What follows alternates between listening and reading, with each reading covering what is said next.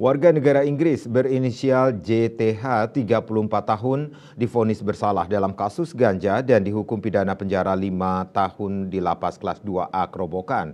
Bule ini sudah bebas di tahun 2024 dan dideportasi Rabu 27 Maret 2024.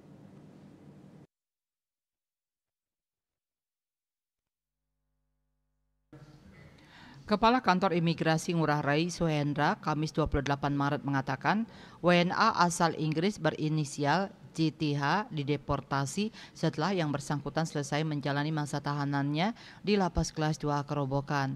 Dalam kasus narkoba ini, JTH diputus bersalah dan dijatuhi hukuman pidana penjara selama 5 tahun dan pidana denda sebesar 800 juta rupiah saat sidang di Pengadilan Negeri Denpasar.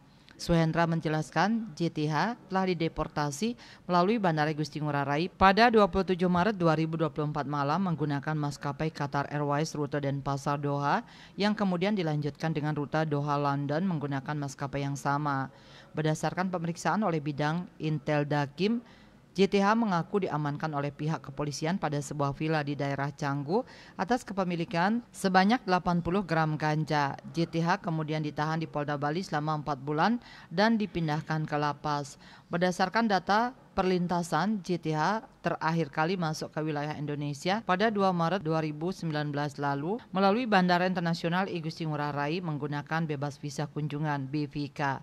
Suhendra menambahkan berdasarkan peraturan keimigrasian, JTH dikenakan pasal 75 ayat 1 Undang-Undang Nomor 6 Tahun 2011 tentang keimigrasian.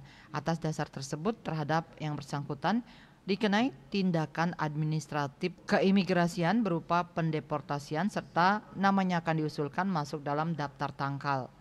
Miasa Bali Post melaporkan.